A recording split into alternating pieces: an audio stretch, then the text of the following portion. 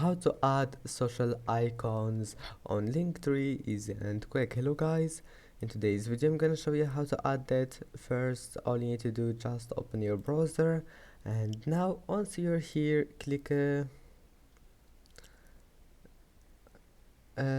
settings, and now scroll down, scroll until you find here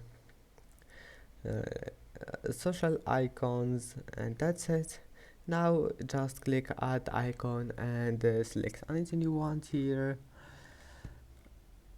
and that's it. Just select anything you want and then add your Twitter, and then click add to Linktree, and that's it. I hope that can help you. It's easy. Now just go back, it will be saved.